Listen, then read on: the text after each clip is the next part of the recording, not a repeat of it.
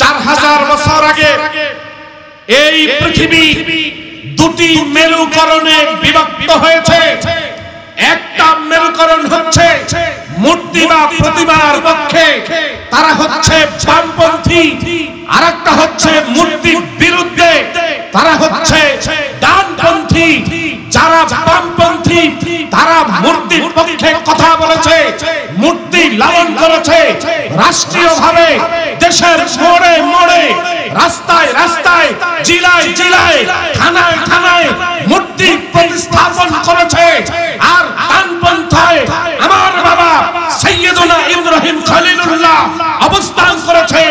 তার জীবনের মিশন এবং ভিশন ছিল দুনিয়া থেকে মূর্তিকে উৎখাত করে দাও, একত্ববাদ আর তাওহীদের বার্তা গোটা পৃথিবীতে বয়ে দাও। ঠিক কি না?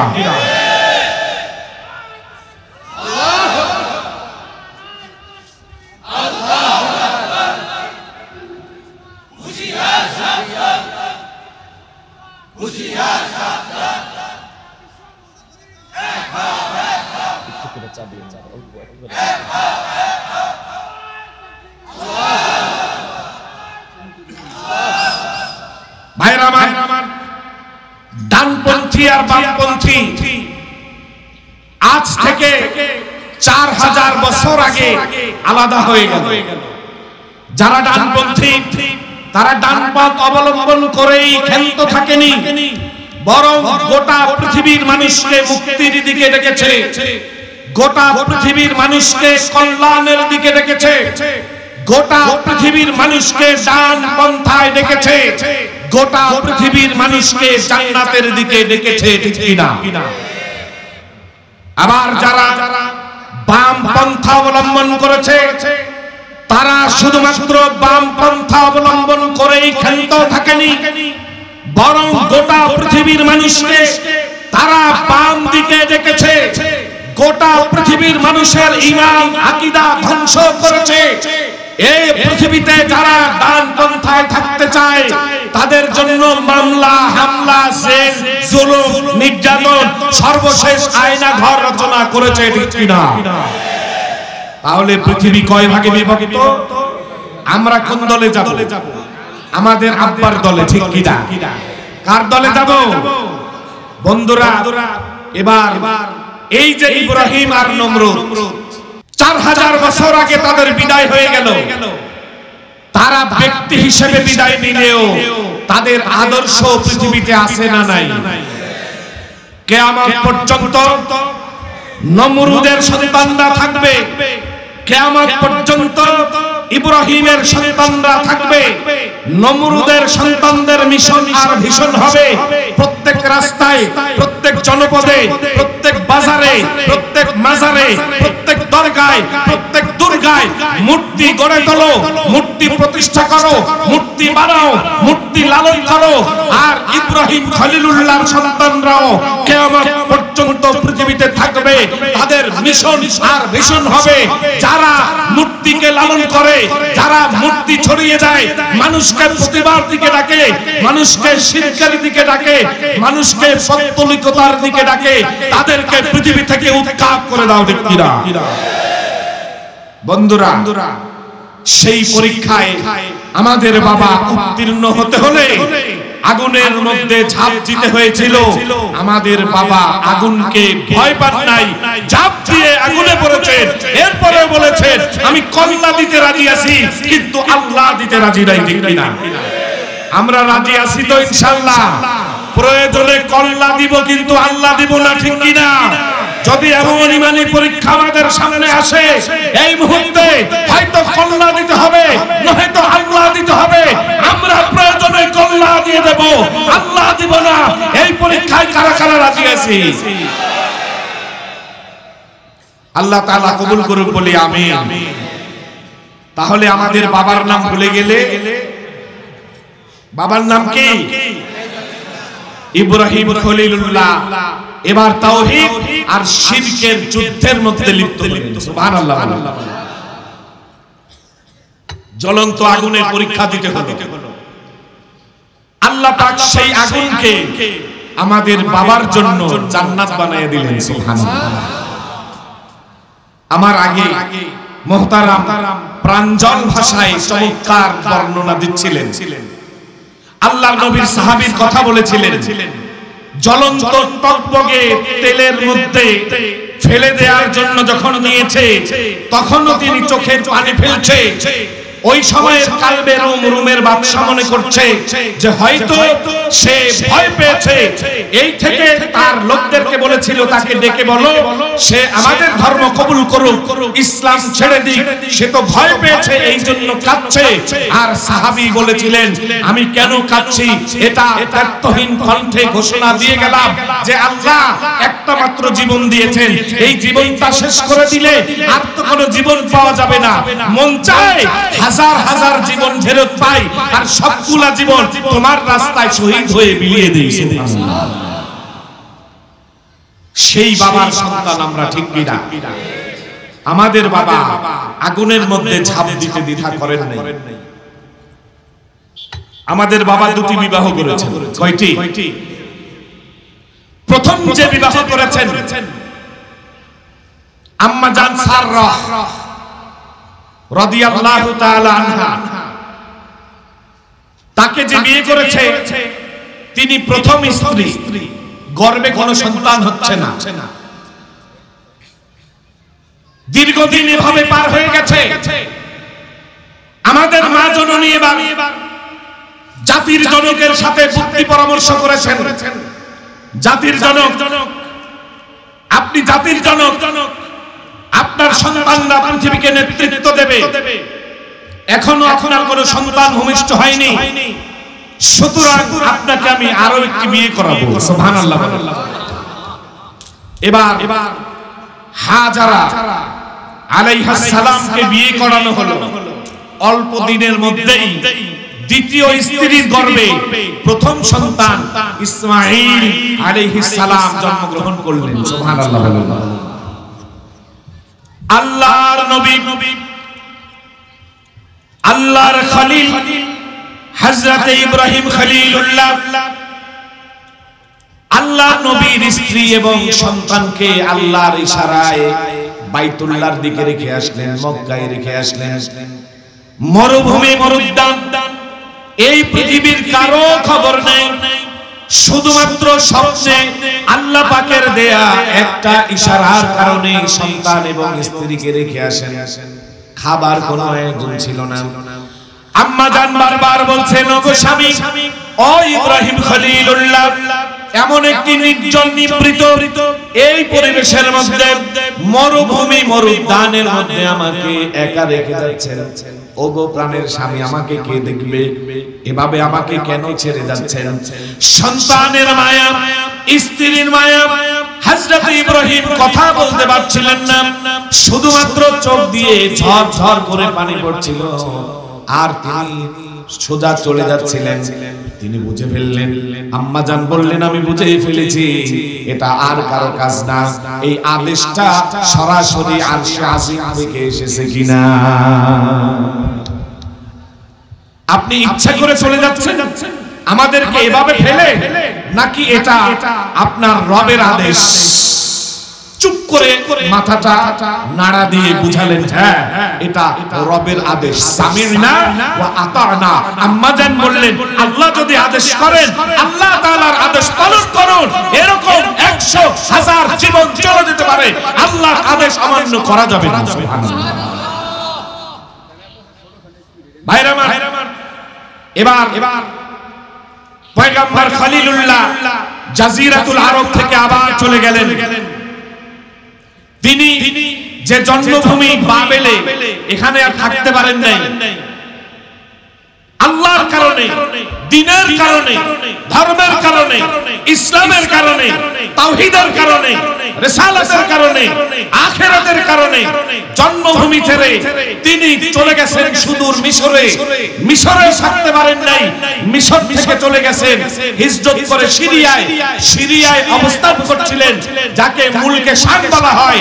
এই মুলকে শাম, সিরিয়া, জর্দান, লেবানন, বর্তমান যে মসজিদে আকসা, এই জায়গাটা, এই পুরো ভূখণ্ডকে বলা হয় মুলকে শাম। এই মুলকে শামে তিনি অবস্থান করছিলেন।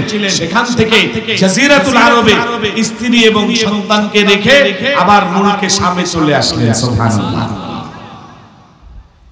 কিছুদিন পর আল্লাহ পাক ওই যে প্রথম স্ত্রী যার গর্ভে সন্তান হচ্ছে না, ওই স্ত্রীর গর্ভেও সন্তান দান করলেন। সুবহানাল্লাহ।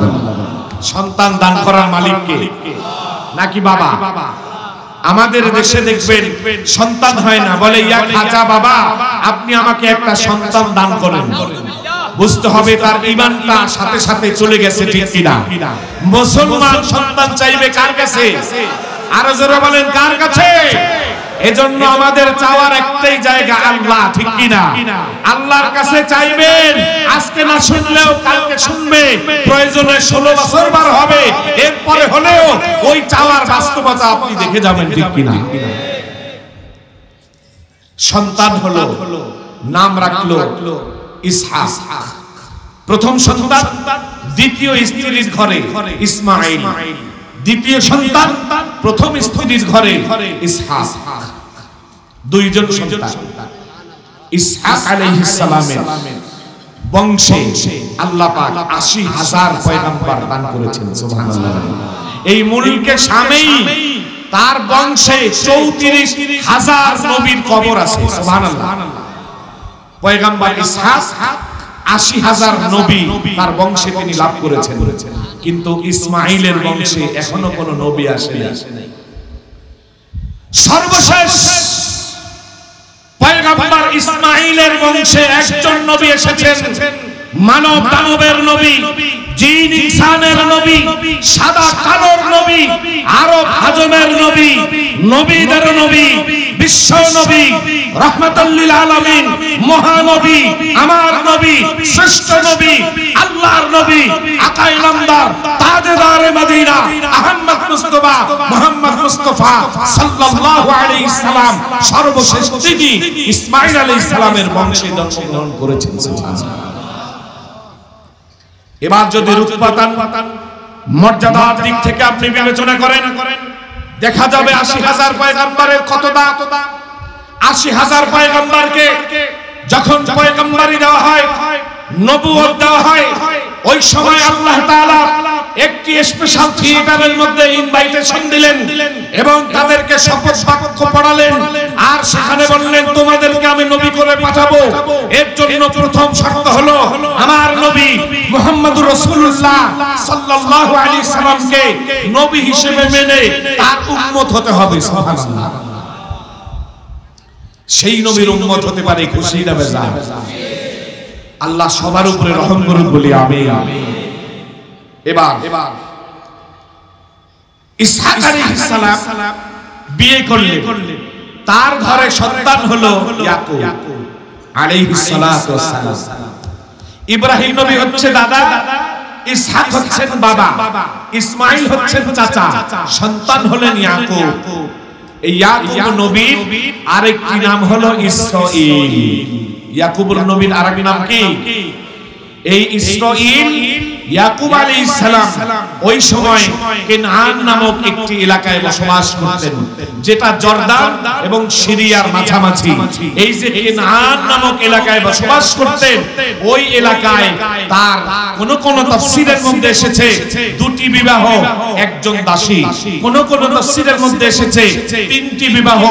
যারা বলেন দুটি বিবাহ, একজন দাসী, তারা বলেন এক স্ত্রীর গর্ভে 4জন সন্তান হয়েছে, দাসীর ঘরে 6 জন সন্তান হয়েছে, আরেক স্ত্রীর ঘরে 2 জন সন্তান হয়েছে, সর্বমোট 12 জন সন্তান হয়েছে। সুবহানাল্লাহ। কোন মুফাসসির বলেন তার 3টি বিবাহ হয়েছে। এক স্ত্রীর গর্ভে 6 জন সন্তান, আরেক স্ত্রীর ঘরে 4 জন সন্তান, আরেক স্ত্রীর ঘরে 2 জন সন্তান, এই মোট 12 জন সন্তান। ইয়াকুব আলাইহিস সালামের 12 সন্তানের 11 নম্বর সন্তানের নাম হলো ইউসুফ। আর এই 12টা সন্তান থেকে যে বংশ ছড়িয়েছে, ওই বংশকে বলা হয় বনি ইসরাঈল, বনি শব্দের অর্থ সন্তানাদি, বংশধর, আর ইসরাইল ইয়াকুব নবীর আরেক নাম। সুতরাং বনি ইসরাইল অর্থাৎ ইসরাইল ইয়াকুব আলাইহিস সালামের বংশ, আর এই বংশের উপরে, এই বংশের নামে আল্লাহ তাআলা স্বতন্ত্র একটি সূরা নাযিল করেন, বলি সুবহানাল্লাহ। আলোচ্য সূরার পরবর্তী আয়াতে আল্লাহ রাব্বুল আলামিন বলেন, ওয়া আতাইনা মূসাল কিতাবা ওয়া জাআলনাহু হুদাল লিবানি ইসরাঈলা। এই যে বনি ইসরাঈল শব্দ আল্লাহ তাআলা এখানে চয়ন করলেন, এই শব্দটিকে কেন্দ্র করে তাফসীরের পরিভাষায় তাসমিয়াতুল কুল বিইসমিল জুজ হিসেবে আলোচ্য সূরার নাম হয়েছে সূরা বনি ইসরাঈল। আর এই সূরা বনি ইসরাঈল হচ্ছে আমাদের আজকের আলোচ্য বিষয়। সুবহানাল্লাহ। এবার আসেন ওয়াজহে তাসমিয়া বা নামকরণের হেতু আমরা জেনেছি, এখন জানবো শানে নুজুল বা নাজিল হওয়ার প্রেক্ষাপট, যেটা ছিল অত্যন্ত ভয়াবহ, হৃদয়গ্রাহী। আল্লাহর নবী নবুয়ত লাভ করলেন তার 40তম বর্ষে এসে। 40তম বর্ষে এসে বিশ্ব নবী নবুয়ত লাভ করার পর আল্লাহর নবীকে প্রথম 3 বছর চুপ করে থাকতে বলা হয়েছে। গোপনে গোপনে যতটুকু পারেন দাওয়াত দেন, বেশি দাওয়াতি কাজ করার দরকার নাই। গেল 3 বছর, এরপরে আল্লাহ পাক বললেন, ওয়া আনজির আশীরাতাকাল আকরাবিন। হে নবী, এখন আর চুপ নয়, এখন একটু প্রকাশ্যে আপনার এলাকাবাসী, আপনার ঘরওয়ালা, আপনার মহল্লাওয়ালা, আপনার বন্ধু বান্ধব, আপনার বংশের লোক, আপনার কাছের লোক, এদেরকে আপনি দাওয়াত দেন। সুবহানাল্লাহ। দাওয়াত দিতে দিতে দিতে নবুয়তের 6 নাম্বার বছরে আসলে। কত নাম্বার? 6ষ্ঠ বছরে এসেছে। এখন এই পর্যায়ে গিয়ে আবু জেহেলরা সিদ্ধান্ত নিয়েছে যে মুসলমানদের উপরে সর্বোচ্চ নির্যাতনের খড়গ চালিয়ে দাও। বলি নাউজুবিল্লাহ। আল্লাহর নবী, বিশ্ব নবী, রাহমাতাল লিল আলামিন নামাজরত আছেন। এমন সময় আবু জেহেল আল্লাহর নবীকে অকথ্য গালিগালাজ করে, আল্লাহর নবীকে গালি দেয়, আল্লাহর নবীকে অকথ্য ভাষায় গালমন্দ করলো। বিশ্ব নবী চুপ করে শুনলেন, কোনো প্রতিবাদ করেন নাই। এই কথাটা বনি জুদানের দাসী পৌঁছে দিল হযরতে হামজা রাদিয়াল্লাহু তাআলা আনহুর পরিবারের কাছে। ও হামজার স্ত্রী, তুমি কি জানো তোমাদের বাড়িতে একটা এতিম ছেলে আছে, আব্দুল্লাহর ছেলে মুহাম্মদ।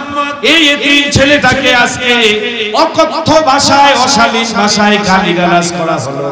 ছেলেটা কোনো প্রতিবাদ করলো না। এই ছেলেটা আর কতকাল এরকম নির্যাতন করবে?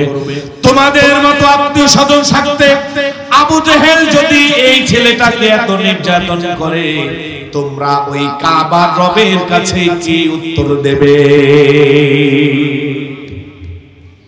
আবু জেহেল হচ্ছে আল্লাহর নবীর চাচা। কেমন চাচা? এটা আমি আজকে ভেঙে দিই। আল্লাহর নবীর দাদা এবং দাদি। দাদা হচ্ছে কুরাইশ বংশের, দাদি হচ্ছে বনু মাখজুম গোত্রের। বনু মাখজুম গোত্র অর্থাৎ আল্লাহর নবীর দাদির বংশের আত্মীয় হিসেবে আবু জেহেল আল্লাহর নবীর চাচা হতো, আপন চাচা নয়। আপন চাচা হচ্ছে আবু লাহাব, আবু তালেব, হামজা এবং আব্বাস। এই চারজন, এই চারজন আল্লাহর নবী জীবিত পেয়েছেন। তাদের মধ্যে 2 জন মুসলিম, 2 জন অমুসলিম। হামজা এবং আব্বাস মুসলিম, আবু লাহাব এবং আবু তালেব অমুসলিম। এদের মধ্যে থেকে আবার আবু লাহাব আল্লাহর নবীর ক্ষতি করেছে, আবু লাহাব ক্ষতি করেছে, আবু তালেব ক্ষতি করে নাই, তবে মুসলমানও হয় নাই। হামজা রাদিয়াল্লাহু তাআলা আনহু এবার আসলেন। হামজার স্ত্রী হামজাকে বলল, ওগো প্রাণের স্বামী, আজকে যে ট্র্যাজেডি ঘটে গেল, শত শত মানুষের ভিড়ে বনু মাখজুম গোত্রের আবু জেহেল তোমার ভাতিজা আব্দুল্লাহর ছেলে মুহাম্মদ এতিম ছেলেটাকে অকথ্য ভাষায় অশালীন ভাষায় গালিগালাজ করলো, কোনো প্রতিবাদ হলো না। এভাবে চলতে দেয়া যায় না, তুমি এর প্রতিবাদ করবে, তবে আমি তোমার সাথে কথাবার্তা বলবো। হামজা বললেন আচ্ছা, আমার ভাতিজাকে গালি দেয়, এত বড় সাহস কার? হামজা এখনো মুসলমান না, হামজা অমুসলিম। এই অবস্থায় হামজা চলে গেল আবু জেহেলের বাড়িতে, সুবহানাল্লাহ। গিয়ে বলল, আবু জেহেল, আমার ভাতিজাকে তুমি গালিগালাজ করেছো? আবু জেহেল বলল, হ্যাঁ করেছি। সাথে সাথে আবু জেহেলকে এমন একটা আঘাত করলো, আবু জেহেলের মাথা ফেটে রক্ত বের হওয়া আরম্ভ হলো, সুবহানাল্লাহ। আবু জেহেলের সন্ত্রাসী বাহিনী হামজাকে ধরার জন্য আসলো।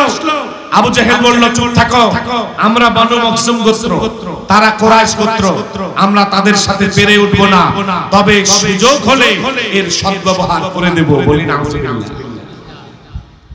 আল্লাহর নবী বিশ্ব নবীকে মহব্বত দেখালেন। এবার হযরত হামজাকে আবু জেহেল বলল, বন্ধু হামজা, আমি তোমার বাল্য বন্ধু, আমি তোমার ছোটবেলার বন্ধু, আমি তোমার আত্মীয়, আমি তোমার স্বজন, আমি তোমার কাছের মানুষ। মুহাম্মদের কারণে আমাকে তুমি মারলে, তাহলে তোমাকে একটু বলতে হবে, তুমি কি মুসলমান হয়ে গেছো? তুমি কি মুহাম্মদের কালিমা গ্রহণ করেছো? তুমি কি মুহাম্মদের কোরআন বিশ্বাস করো? তুমি কি মুহাম্মদকে নবী হিসেবে মেনে নিয়েছো? ব্যাখ্যা দিয়ে যাও। হযরত হামজা এখনো মুসলমান হন নাই। এরপরেও আল্লাহর নবীর মহব্বতের কারণে হামজা রাগে গুসায় চিৎকার করে বললেন, হ্যাঁ আমি মুসলমান হয়ে গেছি, তুমি পারলে আমার কিছু করে দেখাইও। এই কথাটা আমার রবের কাছে পছন্দ হয়েছে, এত পছন্দ যে আমার হাবিবকে মহব্বত করেছে, আমার হাবিবের জন্য আবু জেহেলকে আঘাত করেছে। আবার আবু জেহেলের সন্ত্রাসী বাহিনীর সামনে প্রকাশ্যে ঘোষণা দিয়েছে, আমার হামজা মুসলমান হয়ে যায়। কেন যেন, কেমন যেন আমার আল্লাহ ডাক দিচ্ছেন, ও জিবরাইল যাও, আমার হামজার জন্য জান্নাত প্রস্তুত করো, যেই জান্নাতের সর্বনিম্ন হবে পৃথিবীর 10টা সমান। হযরত হামজার নামে ইসলামের চেক, জান্নাতের চেক চলে আসলো, সুবহানাল্লাহ। জান্নাতি রেজুলেশন পেপারে হামজার নাম উঠে গেল। হামজা এসে বলল, ভাতিজা মুহাম্মদ, আমি তোমার প্রতিশোধ নিয়েছি। আল্লাহর নবী বললেন, চাচা এই প্রতিশোধ নেয়ায় আমি খুশি হতে পারি নাই। বললেন, তাহলে তুমি কিসে খুশি? বলে, আমি খুশি তখন যখন আমার চাচা বলবে লা ইলাহা ইল্লাল্লাহু মুহাম্মাদুর রাসূলুল্লাহ সাল্লাল্লাহু আলাইহি ওয়াসাল্লাম। বললেন, আচ্ছা আমি তাহলে মুসলমান হয়ে গেলাম। হামজা মুসলমান হয়ে গেল, সুবহানাল্লাহ। আজকে কি বার? কি বার? আজকে সোমবার। 3 দিন গোনেন সামনে, মঙ্গল, বুধ, বৃহস্পতি, 3 দিন পার হয়েছে। পরের দিন কি? শুক্রবার দিন ওমর কয়, আজকে আমি মুসলমান হব, সুবহানাল্লাহ। মাত্র কয়দিন গেছে? 3 দিন। 4 দিনের মাথায় 3 দিন পার হতে না হতেই আল্লাহর নবী ছোট্ট করে একটু দোয়া করেছিলেন আল্লাহর কাছে, আল্লাহুম্মা ইদিল ইসলাম বিআহাদি উমারাইনি, ইম্মা বিআমর ইবনুল হিশাম ওয়া ইম্মা বিউমর ইবনুল খাত্তাব।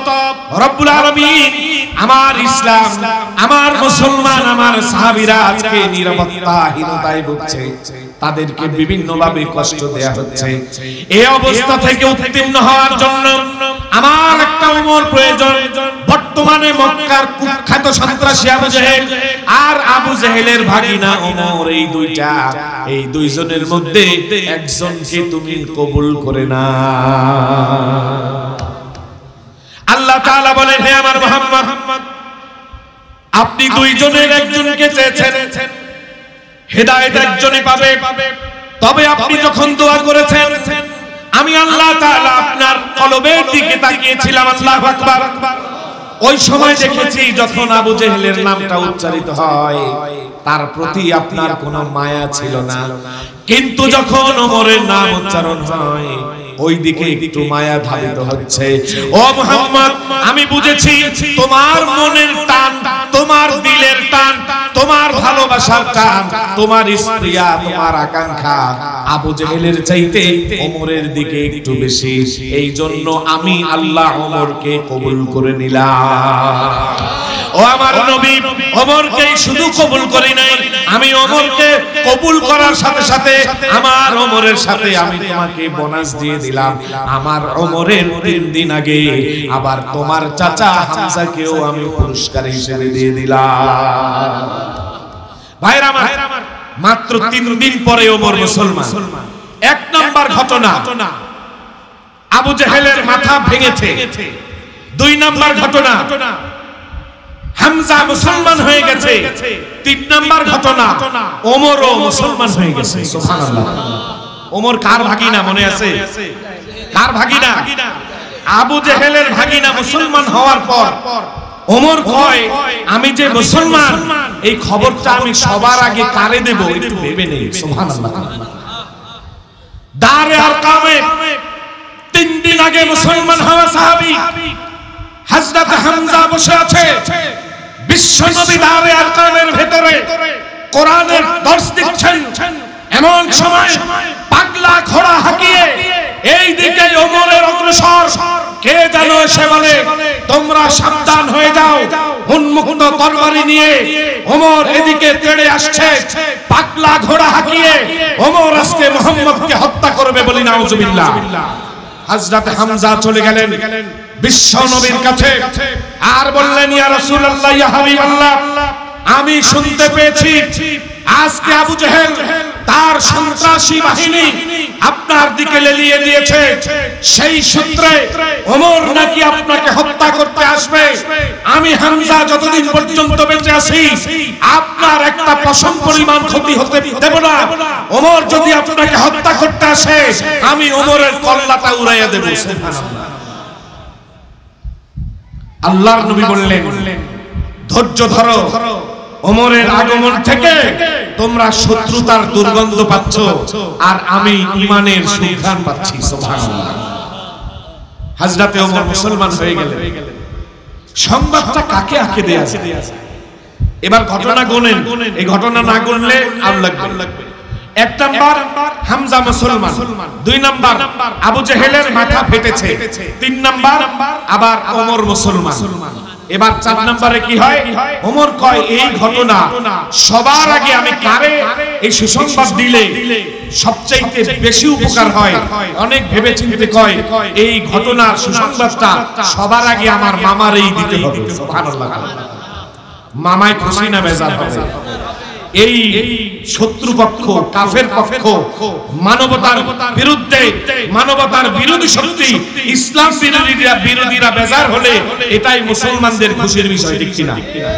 ওমর এটাই বুঝালেন। আস্ত করে ঘরে গিয়ে বললেন, মামা আপনার জন্য একটা সংবাদ আছে। মামাই কয়, সুসংবাদ না দুঃসংবাদ? কয়, আগে শুনবেন তারপর না বুঝবেন। কয়, কি হইছে? কয়, আমি মুসলমান হয়ে গেছি। 4 নাম্বার ঘটনা ঘটলো, মামাকে গিয়ে সবার আগে সংবাদ দিয়েছে।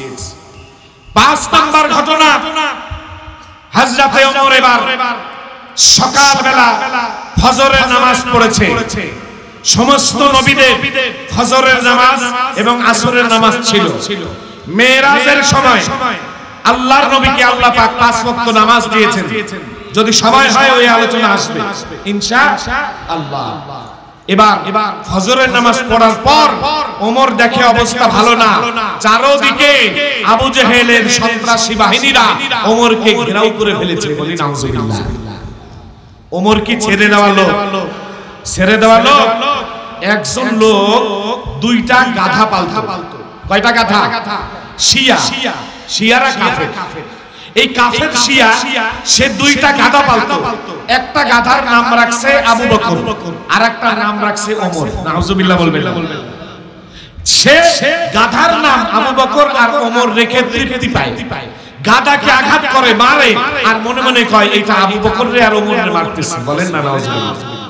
ইমামে আজম নোমান ইবনে সাবিত, আবু হানিফা রাহমাতুল্লাহ আলাইহি তখন জীবিত আছেন। ওনার কাছে সকালবেলা সংবাদ এসেছে, ওগো জামানার ইমাম, ইমামে আজম আবু হানিফা, ওই যে দুইটা গাধা, একটা গাধার নাম রেখেছে আবু বকর, আরেকটার নাম রেখেছে ওমর। আজকে একটা গাধায় এক লাঠিতে ওই শিয়াকে মেরে ফেলেছে। সুবহানাল্লাহ। ইমামে আজম তার ছাত্রদেরকে বলে, গিয়ে একটু খবর নাও, যেটার নাম ওমর রাখছে ওই ওরে লাঠি দিয়ে মারছে। সুবহানাল্লাহ। শুধু ওমর না, ওমরের নামের ভেতরেও জালালিয়াত আছে, ঠিক কিনা? যেই রাস্তা দিয়ে ওমর হাঁটে ওই রাস্তা দিয়ে শয়তান হাঁটে না। সুবহানাল্লাহ। হযরতে ওমরের সাথে লড়াই লেগে গেল, ফজরের সময় লড়াই লেগেছে। ওমর একা তাদের সাথে লড়তে লড়তে লড়তে লড়তে জোহরের ওক্ত হয়ে গেছে। সুবহানাল্লাহ। এখন ওমরের গায়েও শক্তি নাই, তাদের গায়েও শক্তি নেই। ঘুষি দিলে আর ঘুষি লাগে না, কতক্ষণ কুস্তি করা যায়। এবার ওমর বলতেছে, আমি একা, এই জন্য তোমরা জিতছো, তোমরা আজকে রেহাই পেলা। যদি আমার সাথে 300 লোক থাকতো, কয়শো? 300 লোক থাকতো, আজকে আমি দেখাই দিতাম সাদা আর কালো কাকে বলে, সাদাকে সাদা, কালোকে কালা, দুধকে দুধ, পানিকে পানি, কোনটা কত প্রকার, কত ডিগ্রি, এটা বুঝাইয়া দিতাম। সুবহানাল্লাহ। কয়শো বলেছিল? এর নাম ওমর। যার জবানকে আল্লাহ কবুল করে ওই জবানের উপরে কোরআন নাযিল হয়। সুবহানাল্লাহ। ঠিকই কয়েক বছর পর বদরের যুদ্ধ হলো, মুসলমান কয়শো ছিল? 300 কথা ওমর আগেই বলেছে। এই জন্যই আমার নবী বলেছেন, আমার পরে যদি কোনো নবী আসতো সেই নবী হতো আমার ওমর। সুবহানাল্লাহ। 5 নাম্বার ঘটনা, ওমর একা সকলকে হার মানিয়ে দিয়েছে। এবার 6 নাম্বার ঘটনা। ওমর বললেন, ইয়া রাসূলুল্লাহ, ইয়া হাবিবাল্লাহ, আমাকে একটু ব্যাখ্যা করতে হবে, আপনি কি সত্যিকারের পয়গম্বর? আল্লাহর নবী বলে, সিসি ওমর, এগুলা কি বলছো? হ্যাঁ অবশ্যই। বলে, না, আমার জানতে মন চায়, কোরআন কি সত্যিকারের বিশুদ্ধ কিতাব? বললেন, আস্তাগফিরুল্লাহ। ওমর, কি প্রশ্ন করো? বললেন, ইয়া রাসূলুল্লাহ, ইসলাম কি সত্য ধর্ম? বলে, হ্যাঁ অবশ্যই। তোমার সন্দেহ হয়? বলে, না, আমার সন্দেহ হয় না, কিন্তু আমি একটু আবেদনের সুরে বলি, যদি আপনি সত্যিকারের পয়গম্বর হন, কোরআন সত্যিকারের কিতাব হয়, ইসলাম সত্যিকারের ধর্ম হয়, আমি ইসলাম কবুল করার পরে দেখছি আপনারা ভয়ে ভয়ে নামাজ পড়েন, ভয়ে ভয়ে তেলাওয়াত করেন, দারে আরকামে পালিয়ে থাকেন। কেন? আপনি সত্যিকারের নবী, আপনার ধর্ম সত্য, আপনার কোরআন সত্য, আপনার দ্বীন সত্য, আল্লাহ সত্য, ইসলাম সত্য। সুতরাং আজকে থেকে আর আমরা চুপি চুপি ইবাদত করব না, মাথা পে দাঁড়াবো, ভাবে মাথা পে দাঁড়াবো, আমরা হযরে আসওয়াদের সামনে দাঁড়াবো, মাকামে ইব্রাহিমের সামনে দাঁড়াবো, মিজাবে রাহমাতের নিচে দাঁড়াবো, হাতিমে কাবার পাশে দাঁড়াবো, আল্লাহর ইবাদত করব। যে বাধা দিতে আসবে তার কল্লাটা উড়াইয়া দেব।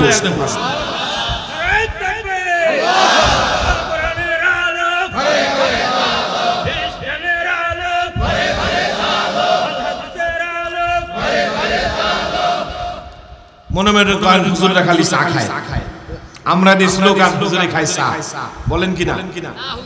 এরকম আসেনি কেউ? চা খাওয়ার সিজন আসতেছে। ডক্টর ইউনূস তার ক্ষমতা ছাড়বে কিসের মাধ্যমে? জোরে কর না।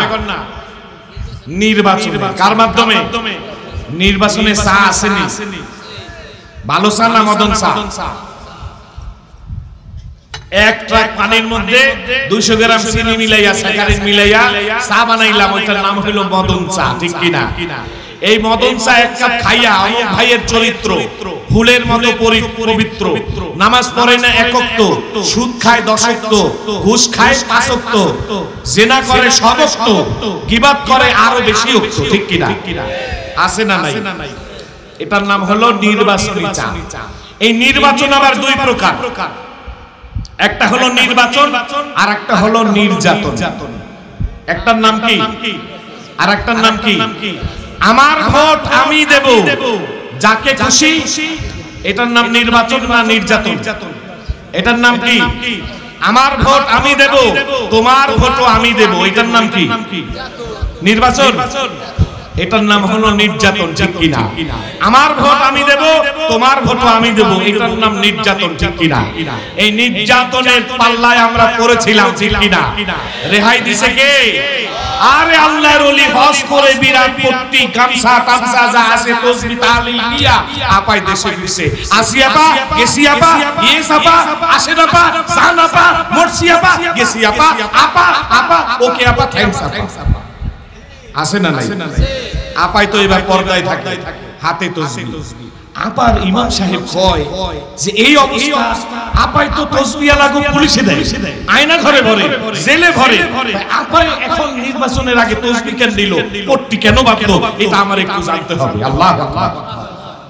এখন তসবিহ পড়ে, এখন পাশে গিয়ে কয় দেখি আপাই কি তসবিহ পড়ে। সুবহানাল্লাহ, আলহামদুলিল্লাহ, লা ইলাহা ইল্লাল্লাহ, আল্লাহু আকবার, এগুলোই তো পড়ে। এখন দেখে এইগুলা পড়ে না, খালি তসবিহ টানে। এখন ইমাম সাহেব কয় দেখি আমি একটু পড়ি সাথে সাথে। ইমাম সাহেব পড়ে সুবহানাল্লাহ সুবহানাল্লাহ সুবহানাল্লাহ সুবহানাল্লাহ। ইমাম সাহেব 15 বার পড়ছে, এর ভিতরে দেখে আপার তসবিহ 3 বার খতম হয়। তাহলে আপাই তো সুবহানাল্লাহ পড়ে না, দেখি আলহামদুলিল্লাহ পড়ে কিনা। এবার ইমাম সাহেব কয় আলহামদুলিল্লাহ আলহামদুলিল্লাহ আলহামদুলিল্লাহ। ইমাম সাহেব 15 বার পড়ছে, আপার তসবিহ আবার 3 বার খতম। তাহলে এইটাও পড়ে না। লা ইলাহা ইল্লাল্লাহ, আল্লাহু আকবার, সব একই অবস্থা। এখন কয় আপা একটি কথা বলবো, যদি একটু উত্তর দিতেন। আপাই কয় কি বলবা বলো। আপনি তসবিহতে পড়েন কি? কয় এই মোল্লা মৌলবীদেরকে এই জন্যই সংসদে জায়গা দেই না, আয়না ঘরে জায়গা দেই। এটা কোনো প্রশ্নের বিষয় হলো? আমি কি পড়ি না না পড়ি এটা কেন জিজ্ঞেস করো? কয় আপা একটু বলেন, একটু জানি। আলেম হিসেবে আপনার মসজিদের ইমাম হিসেবে শুনতে মন চায়। কয় আমি তসবিহতে আয়াতুল কুরসি পড়ি। কি পড়ে? আয়াতুল কুরসি ছোট না বড়? কয় খাইছে আপনি সুবহানাল্লাহ আমার শেষ হয় 15 বার, আপনার 100 দানার তসবিহ শেষ হয় 3 বার। আর সেই জায়গায় আপনি আয়াতুল কুরসি সঠিকভাবে পড়লে এটা পড়তেই তো 1 মিনিটের উপরে লাগে, 2 মিনিট লাগে।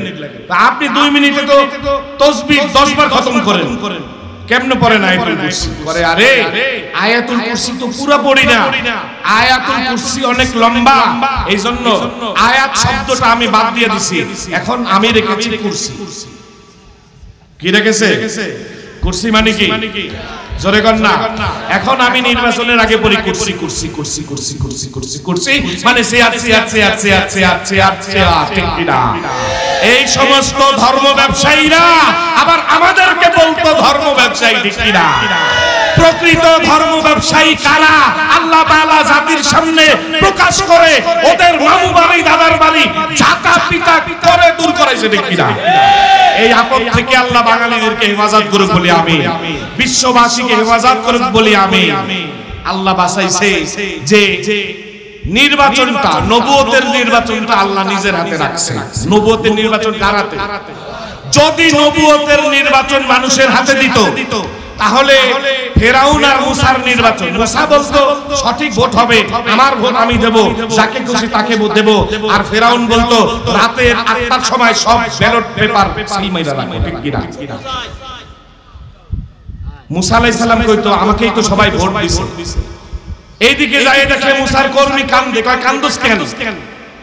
কয় হুজুর একটুর জন্য আব্বার সাথে দেখা হয়নি। কেন?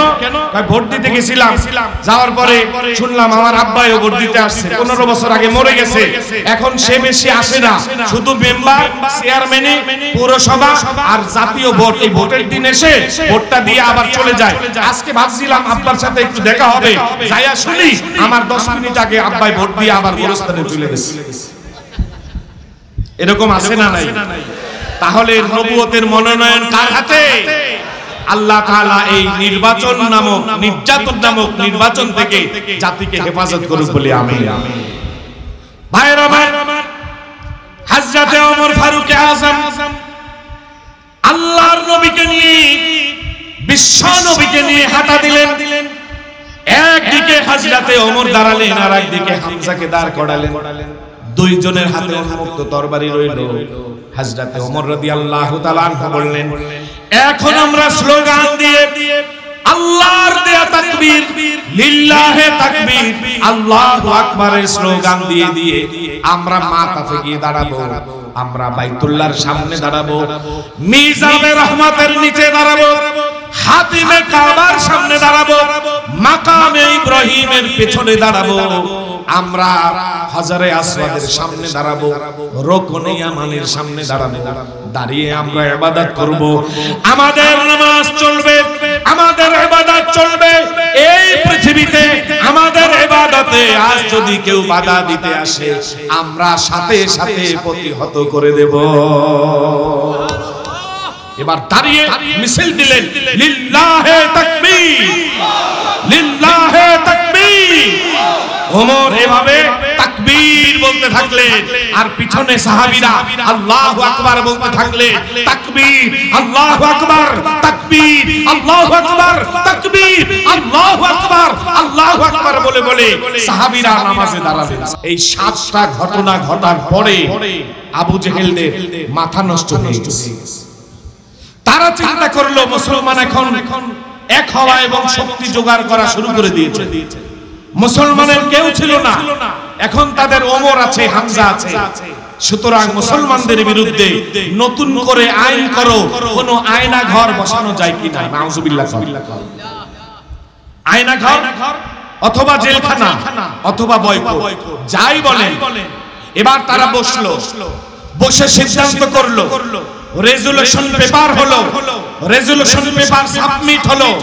ওই পেপারে তারা আইন করলো, সেই আইনে তারা লিখলো যে একমাত্র ইসলাম গ্রহণ করার অপরাধে, একমাত্র ঈমানের কথা বলার অপরাধে, একমাত্র কোরআনের কথা বলার অপরাধে মুসলমান আসামি, নবী আসামি, আবু বকর আসামি, ওমর আসামি, ওসমান আসামি, আলী আসামি, তালহা আসামি, জুবায়ের আসামি। বলি নাউজুবিল্লাহ।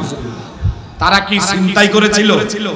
রাজাকার ছিল, লুণ্ঠন করেছে, আয়না ঘর বসিয়েছে, ক্যাসিনো খেলেছে, কার উপরে ঈমান এনেছে? এই তাফসীর আল্লাহ তাআলা কোরআনে হাকিমের 85 নম্বর সূরা সূরা বুরুজের মধ্যে গিয়ে বলে, ওয়ামা নাকামু মিনহুম ইল্লা আইয়ুমিনু বিল্লাহিল আজিজিল হামিদ। তাদের কোনো অপরাধ নাই, তারা শুধু আল্লাহর উপরে বিশ্বাস করেছে, এটাই তাদের অপরাধ। ঠিক কি না? জেলখানা প্রয়োজন, আয়না ঘর নির্মাণ করা প্রয়োজন, বয়কট করে মুসলমানদেরকে আটকে রাখা প্রয়োজন। এখন একটা কারাগার লাগবে, সেন্ট্রাল কারাগার হবে। কেন্দ্রীয় কারাগার বলে কাকে বিবেচিত করবে? এই মিটিং এ সিদ্ধান্ত হলো জাবালে আবি কুবাইসের পাশে আরেকটা পাহাড় আছে, শিয়াবে আবু তালেব। এই শিয়াবে আবি তালেবটা 3 দিক থেকে ঘেরা বেষ্টনী দিয়ে একটি পর্বতমালা। ইচ্ছা করলে এটার টপকে পার হওয়া যায় না, গিরিপথ দিয়ে এখানে ঢুকতে হয়। এবার বলল এই গিরিপথ দিয়ে ঢুকে মুসলমানদেরকে এখানে বয়কট করে রাখা হোক। পানি সাপ্লাই গুলো বন্ধ করে দেয়া হলো, খাবার বন্ধ করে দেয়া হলো। আমার ভাইরা, এই দুনিয়াতে যত কঠিন কারাগার হোক না কেন, যত কঠিন আযাব হোক না কেন, কঠিন থেকে কঠিন তর কারাগার গুলোর মধ্যেও খাবারের ব্যবস্থা থাকে, পানীয়র ব্যবস্থা থাকে। আল্লাহর নবী, বিশ্ব নবী, মানবতার নবী, আপনার আমার নবী, রহমতের নবী, মানবতার মহান শিক্ষক আমার নবীজিকে সেদিন যেই কারাগারে দেয়া হয়েছিল, ওই কারাগারে কোনো খাবারের ব্যবস্থা ছিল না। আইন করা হলো, রেজুলেশন সাবমিট করা হলো। ওই রেজুলেশন পেপারের মধ্যে আবু জেহেল, আবু লাহাব, উতবা, সাইবা, ওয়ালিদ ইবনে মুগিরা, উমাইয়া বিন খালফ, এমনি ভাবে নজর ইবনে হারেস সহ সমস্ত কাফেররা দস্তখত করলো, সই করলো। মুসলমানদেরকে এবার নির্যাতনের স্টিমরোলার চালানো হলো। আল্লাহর নবী মুহাম্মদুর রাসূলুল্লাহ তিনি শুধুমাত্র একাই আসামি হলেন না, তার সাহাবীরাও আসামি হয়ে গেলেন। হযরতে আবু বকর সহ সবার পরিবার আসামি হয়ে গেল। আমার মা আম্মা জান খাদিজা রাদিয়াল্লাহু তাআলা আনহা তাদের চোখে আসামি হয়ে গেল। এমন কি নব্য ভূমিষ্ঠ এই মাত্র যে সন্তানটা মুসলমানের ঘরে জন্ম হয়েছে, ওই সন্তানকে পর্যন্ত জেলে দেওয়া হলো। কোন বৃদ্ধ, কোন যুবক, কোন কিশোর, কোন শিশুবাদ রইল না। এক কথায় তাদের আইন হলো যারা মুসলমান তাদেরকে জেলে দাও। শুধুমাত্র মুসলমানরা জেলে যাবে এমনটা নয়, মুসলমানদের সাথে যারা কথাবার্তা বলবে তারাও জেলে যাবে। জেলের মধ্যে মুসলমানরা থাকবে।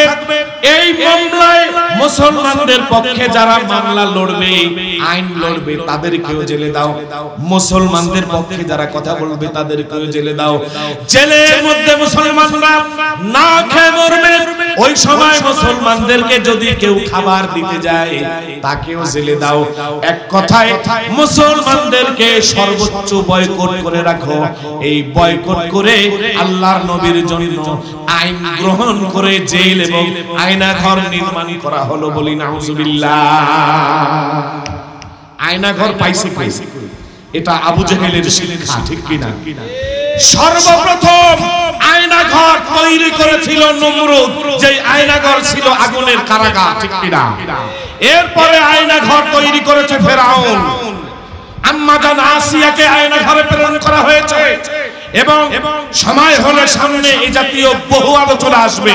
মেরাজের রাতে আমার নবীর সাথে যা ঘটেছিল, আমার নবী অবজারভেশন করে তার মেরাজের থিওরি বর্ণনা করতে গিয়ে যে সমস্ত সাক্ষাৎকার এবং রিপ্রেজেন্ট করেছেন, এই সাক্ষাৎকারগুলো একে একে আসবে। শুধু সময়ের অভাব, সময় পেলে আমরা আরো সামনে এগিয়ে যাব আলহামদুলিল্লাহ। ভাইরা আমার, মুসলমানরা যখন জেলের সম্মুখীন হয়, আবু জেহেল কয় আইন আরেকটা করো, মুসলমানদের পক্ষে যারা কথা বলবে তারাও জেলে যাবে। বলে এটা কেন যাবে? বলে এটাই আবু জেহেলের আইন। আইন হলো মুসলমানরা জেলে গেল, মুসলমানরা বয়কটের মধ্যে পড়লো। মুসলমানদের সামান্য রসদ ছিল, কয়েকটি উট, গরু, ভেড়া, দুম্বা ছিল। এই ছাগল, গরু, উট, দুম্বাগুলো অল্প সময়ের মধ্যেই পুড়িয়ে গেল। খাবারের আর কোনো কিছু নাই, অল্প কিছু খেজুর ছিল, খেজুরগুলো ফুরিয়ে গেল। খেজুর নাই, পশুর গোশতগুলো নাই, সামান্য যে রসদ খাবার ছিল ওইগুলো শেষ হয়ে গেল। এবার জেলের মধ্যে মুসলমানদের অভাব দেখা দিল। দুনিয়ার জেলগুলো যত নিষ্ঠুরতর হোক, এই জেলের মধ্যে খাবারের ব্যবস্থা হয়। আমার নবীর জেলের মধ্যে কোনো খাবারের ব্যবস্থা নাই। এবার পশু যখন জবাই হয়ে গেছে, ওই পশুর চামড়াগুলো পড়েছিল, সেই চামড়াগুলো পেটের ক্ষুধার তাড়নায় সাহাবীরা খাওয়া আরম্ভ করলো। এরপরেও আল্লাহর নবীর সাহাবীরা জেলের মধ্যে হার মানে নাই। সুবহানাল্লাহ। অল্প দিনের মধ্যে চামড়াগুলো শেষ হয়ে গেল, পশুর গোশত নাই, পশুর চামড়া নাই, খাবার জন্য আর কিচ্ছু অবশিষ্ট রইল না। এখন মুসলমানরা কি খেয়ে বাঁচবে? মুসলমানরা এবার জীবন বাঁচানোর জন্য তুরবা ঘাস খাওয়া আরম্ভ করলো। দেখবেন বনের পশু তারা সবুজ ঘাস খাওয়ার কারণে তাদের পায়খানার রং সবুজ হয়। সাহাবীরা যখন ঘাস খাওয়া আরম্ভ করেছেন, তাদের বাথরুম, তাদের মল এভাবে সবুজ আকৃতির হওয়া এভাবে শুরু হলো। পেটে পীড়া হওয়া আরম্ভ হলো। এক একজন শুকিয়ে কাটা হয়ে গেল। একটা সময় ওই তুরবা ঘাসগুলো শেষ হয়ে গেছে। এখন খাওয়ার জন্য আর কিচ্ছু বাকি নাই। জীবন বাঁচাবে কিভাবে? রাত্রি যখন গভীর হয়, নবজাতক শিশুগুলো মায়ের কাছে মায়ের স্তনে দুধ ডিমান্ড করে। ওই সময় তারা যখন দুধ না পায় তখন তারা কান্না শুরু করে দেয়। মায়েরা তাদের পেটে খাবার না দেওয়ার কারণে স্তন ভর্তি দুধ আসে না। এই জন্য মায়েরা বাচ্চাদেরকে দুধ পান করাতে ব্যর্থ হচ্ছে। মায়েরা বাচ্চার সাথে চিৎকার করে করে কান্না করত, আর আল্লাহর নবী বসে বসে এই চিৎকার শুনত। আর নবী দুই চোখ দিয়ে জান্নাতি পানিগুলো গড়িয়ে পড়তো আর বলতো, আল্লাহ মাতা নাসরুল্লাহ। আর সহ্য হচ্ছে না আমার সাহাবী, ও আল্লাহ এই সাহাবীকে তুমি মেরে ফেলো না, তাদের জন্য কোনো পথ খুলে দাও। সুবহানাল্লাহ। এভাবে চলতে লাগলো দীর্ঘদিন। এখন আর কোনো খাবার নাই।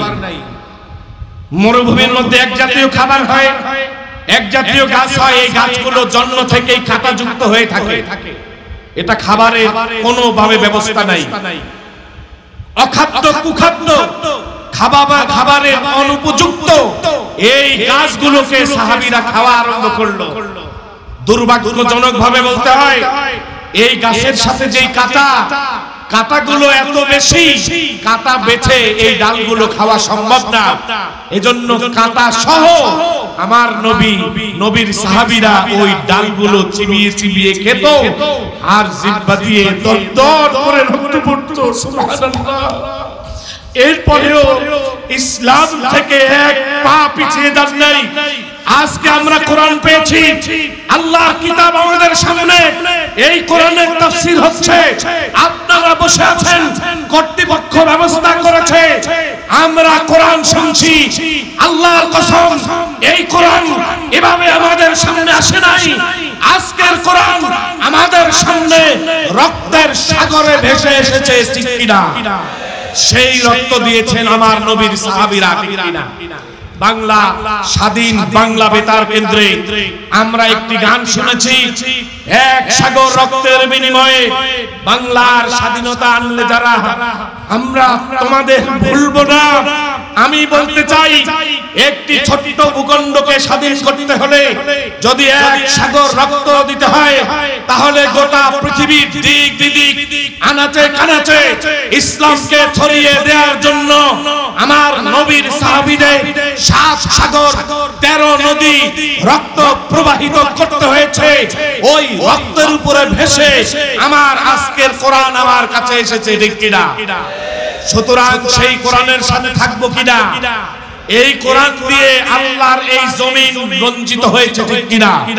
সেই জমিনে আল্লাহর কোরআন দিয়ে আইন পরিচালিত হোক, কারা কারা চাই? নারায়ে তাকবীর, লিল্লাহে তাকবীর।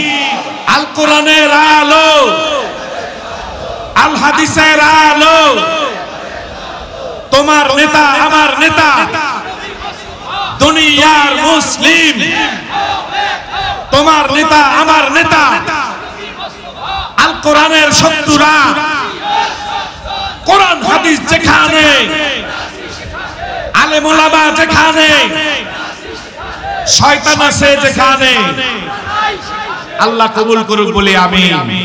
সেই কোরআন সাহাবীদের রক্তে রঞ্জিত হয়ে ভেসে আমাদের সামনে এসেছে। ভাইরা আমার, এই কোরআনের জন্য আমরা আমাদের জীবন দিতে রাজি আছি, ইনশাআল্লাহ। রাজি আছি না ভাইরা আমার? এভাবে 3টি বছর কেটে গেছে। কয় বছর? 3 বছর কেটে যাওয়ার পর মক্কার বাইরে থেকে একজন নেতা মক্কায় এসেছে, হেশাম নামক যুবক, সেও নেতা। এসে সে দেখে যে মক্কায় কোনো ভালো মানুষ নাই, সব খারাপ মানুষগুলো মক্কার পথে পথে, মক্কার গলিতে গলিতে, মক্কার আনাচে কানাচে, মক্কার এমপি মন্ত্রী নেতা, পাতি নেতা, সাথী নেতা, সেলা নেতা, পেলা নেতা, টিটপুটি নেতা, সব ক্যাসিনোখোর, জুয়াখোর, জোচ্চোর, ডাকাত ইত্যাদি ইত্যাদি ইত্যাদি পাসার, ঠিক কিনা? সে কয় খাইছে ভয়াবহ অবস্থা, মক্কার জনপদে তো কোনো ভালো মানুষ নেই, তাহলে তারা গেল কই? খবর নিয়ে দেখে সব জেলের মধ্যে গেছে। সব কই গেছে? এটা কেমন কথা? ভালো মানুষগুলা সব জেলের মধ্যে আর খারাপ মানুষগুলা সব বাইরে আছে। এইটা তো মুহাম্মাদি শাসন ব্যবস্থা না, এটা তো আবু জেহেলের শাসন ব্যবস্থা, ঠিক কিনা? যে সরকারের আমলে দেখবেন ভালো মানুষগুলো সব জেলের মধ্যে, চোর, বাটপার, গুন্ডা, অর্থ পাচারকারী, খুনি, হত্যাকারী, ষড়যন্ত্রকারী, এই সমস্ত লম্পটগুলো বাইরে আর ভালো মানুষগুলো ভেতরে।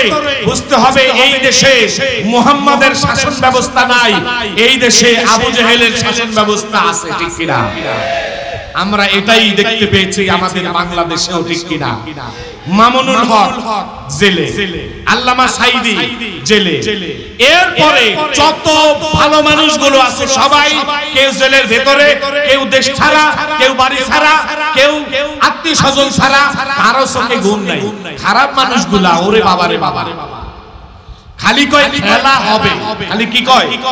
এই কথা শুনতে শুনতে কার টান জ্বালাপালা হয়ে গেছে, খালি বলে খেলবে, খেলা হবে। তো খেলা হওয়ার জন্য রেফারি বাঁশি বাজায়নি, কথা কোন না? তো 5 তারিখ আসছে, রেফারি বাঁশি বাজাইছে, এখন দেখি খেলতে নামছি, কার সাথে খেলবো? জাইঙ্গাও খুঁজে পাওয়া যায়, ঠিক না বেটি? জোরে বলতে হবে, ঠিক না বেটি? ঠিক যে না বলবে ওইটা কোন দলে? জোরে কোন না?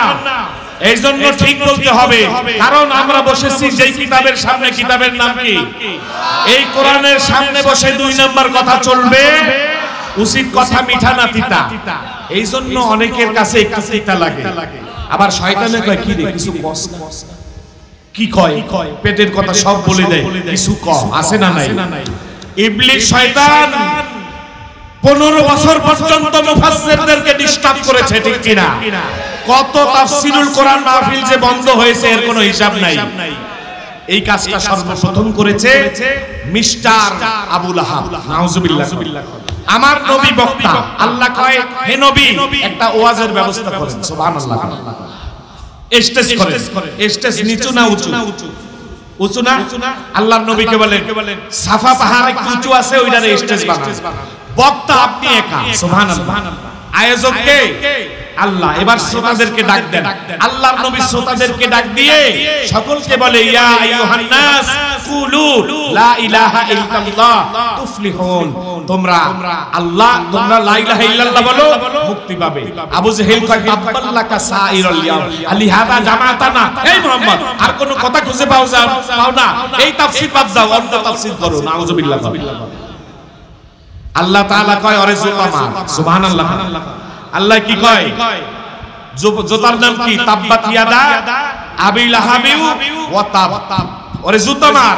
সাথে সাথে জিবরাইল একটা জুতা মেরে দেয়, সুবহানাল্লাহ। সূরা নাজিল হয়ে যায়। এই সুন্নাতটা কার? এই জন্য দেখছি সুন্নাতে যেহেতু আল্লাহ, আল্লাহর সুন্নাত কি থাকে না যায়? ওদের সময়ও যারা বাধা দিছে ওদের ভাগ্যে 2-1 জোড়া জুটছে কি জুটে নাই? কারণ সুন্নাত কার? পাবলিকে জুতা মেরে সবগুলোরে তাড়াইছে, ঠিক কি না? বন্ধুরা আমার, এবার আসেন আমরা তাফসীরে চলে যাই। 3 বছর হিসাম নামক লোকটাই কয় যে ভালো মানুষগুলো সব ভেতরে, খারাপ মানুষগুলো বাইরে, আসল খবর কি আমাকে জানতে হবে। তারা যে রেজুলেশন পেপার করেছে, এই পেপার সাবমিট হয়েছে, পেপারে দস্তখত হয়েছে, ওই পেপারটাকে নোটিশ হিসেবে বাইতুল্লাহর মধ্যে পাথর চাপা দিয়ে রাখা হয়েছে।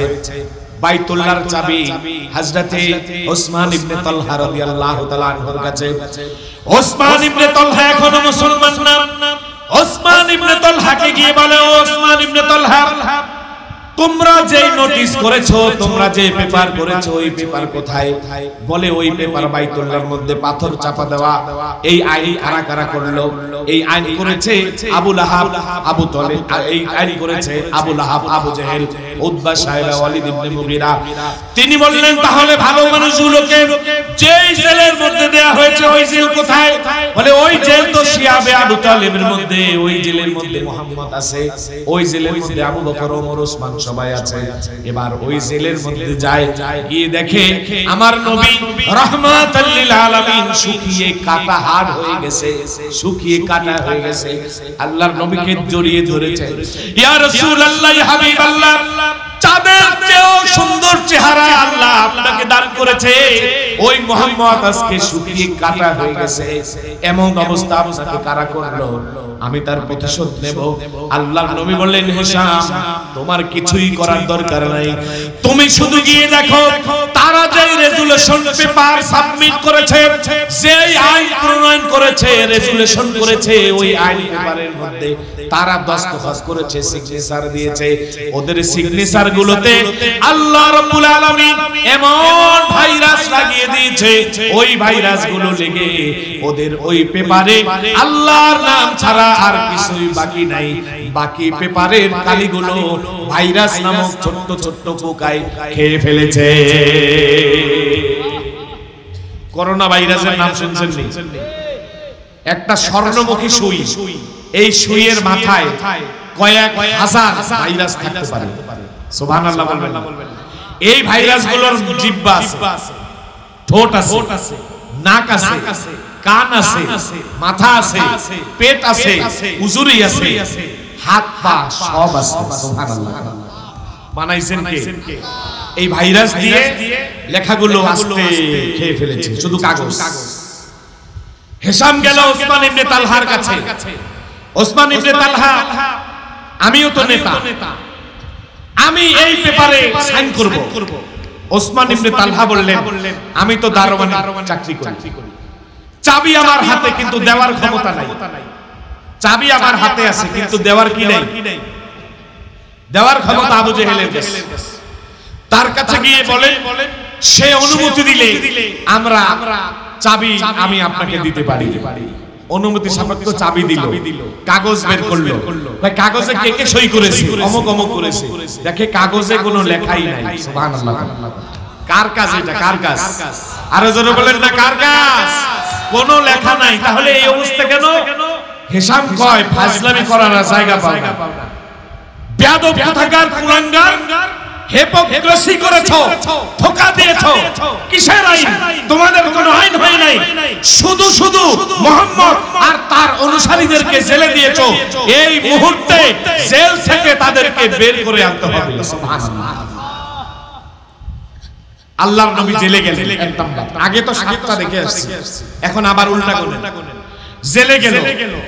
2 নাম্বার, জেল থেকে মুক্তি পেল। 3 নাম্বার, জেলে গিয়েছিলেন 6ষ্ঠ হিজরি মুহররম মাসের 1 তারিখে। 8, 9, 10 কয় বছর? 3 বছর। 6ষ্ঠ হিজরি না, নবুয়তের 6ষ্ঠ বছর। 6 নাম্বার বছর। 7, 8, 9 3 বছর পার হয়ে গেছে। মুহররম মাসে ঢুকেছিলেন, আবার মুহররম মাসে সেখান থেকে বের হলেন। সুবহানাল্লাহ।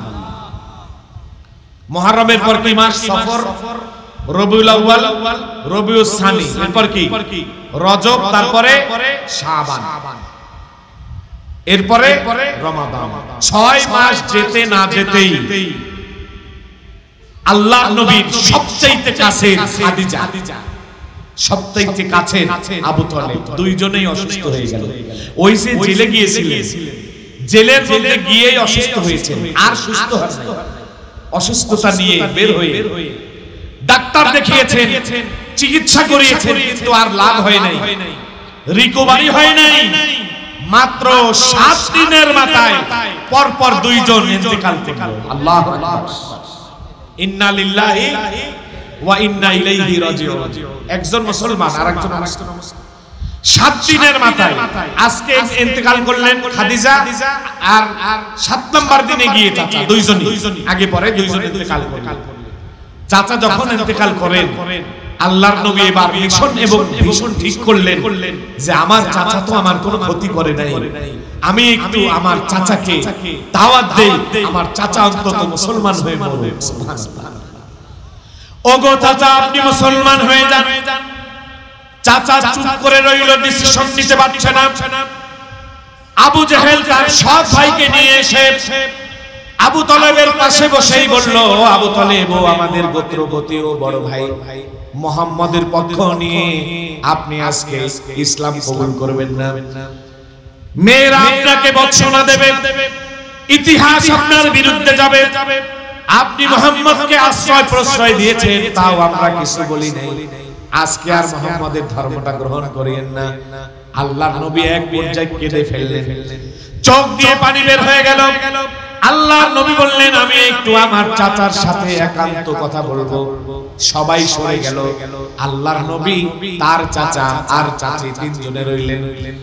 আল্লাহর নবী, আল্লাহর নবীর চাচা আর আল্লাহর নবীর চাচি, এই 3 জন।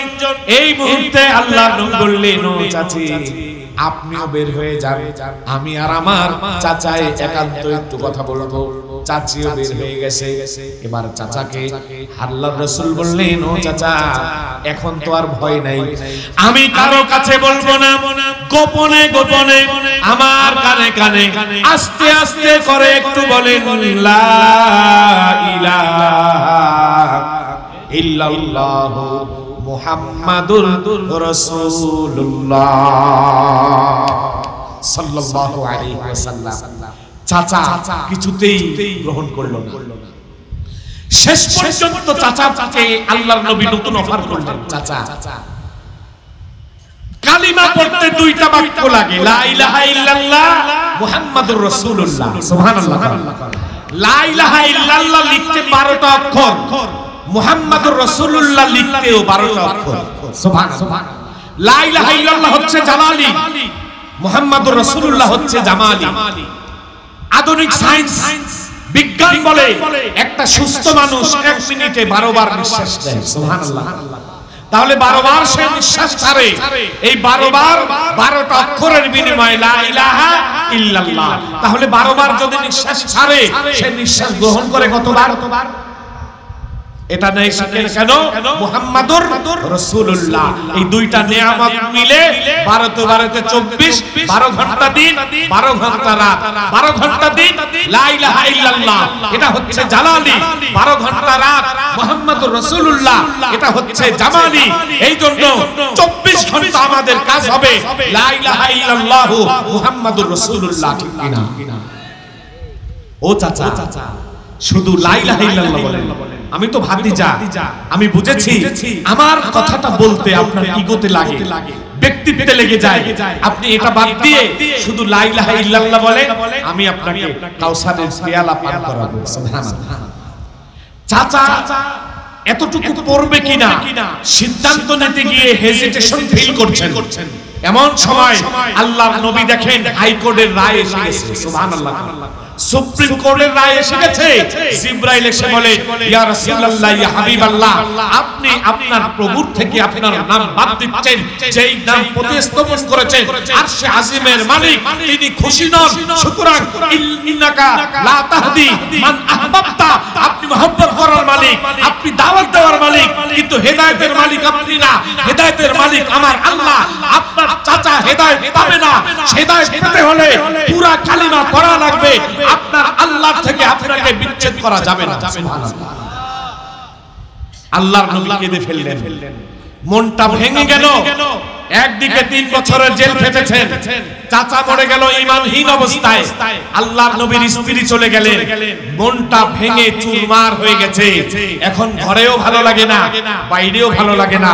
আল্লাহর নবী তার পোষ্য পুত্র যায়েদ বিন হারেসাকে বললেন, যায়েদ, এখানে অশিক্ষিত মানুষ, এই মানুষগুলো শুদ্ধ ভাষায় কথা বলে না, আমরা কিছু সুশীলের কাছে যাই যারা শুদ্ধ ভাষায় কথা বলে তায়েব নামক এলাকায়। ওইখানে গেলে তারা হয়তো দিন চিনবে, দিন বুঝবে, দিন জানবে, দিন মানবে, দিন গ্রহণ করবে। চলো আমরা আর এই মক্কায় ভূখণ্ডে থাকবো না, আমরা তায়েফে গিয়ে দাওয়াত দেব। সুবহানাল্লাহ। লম্বা ইতিহাস, 90 কিলোমিটার পায়ে হেঁটে হেঁটে তায়েফে গেছে। সুবহানাল্লাহ। খাবার নাই, রসদ নাই, বিমান নাই, হেলিকপ্টার নাই। আর আজকের দিনের হুজুররা 60,000, 70,000, 80,000, 1 লাখ আছে না নাই? আল্লাহর নবী দাওয়াত দিতে যান, অনিশ্চয়তার পথে যাচ্ছেন। অজানা, অশোনা, অজানা, অচেনা, অজ্ঞাত, অখ্যাত এই অঞ্চলে গিয়ে দাওয়াত দেবেন। পকেটে পয়সা নাই। সাহাবীদের দাওয়াতের সিস্টেম পকেট ভরে যাও, খালি পকেটে আসো। আর আমাদের বর্তমান কিছু ডিজিটাল বক্তা আছে, এদের দাওয়াতের সিস্টেম পকেট খালি যাও, 2 পকেট ভরে আসো। আছে না নাই? আমি কই এই কন্টাক্ট করে যারা ওয়াজে আসে, কমিটি তো করতে হয়, কিছু করার নাই, কন্টাক্ট ছাড়া আসবে না, তারা কি করার আছে? আর পাবলিকও এরা না আসলে আসে না। এরা যদি জান্নাতে যায়, পুলিশটাও জান্নাতে যায়। কষ্ট পাইছেন আপনারা? এই কন্ট্রাক্টদারি বক্তাগুলা 1 লাখ 1.5 লাখ হেলিকপ্টার, এইটা সেইটা, হ্যাঁ, ভাজা মাছ খাই না, শুটকি মাছের কোফতা, এরপরে চিংড়ি মাছের ওইটা, এই মেনু সেই মেনু, জ্বালায়া কমিটির কান জ্বালাভালা করে দেয়। ঠিক কিনা? এইগুলা বিনা হিসেবে জান্নাতে গেলে পুলিশগুলোও বিনা হিসেবে জান্নাতে যাবে। ঠিক কিনা?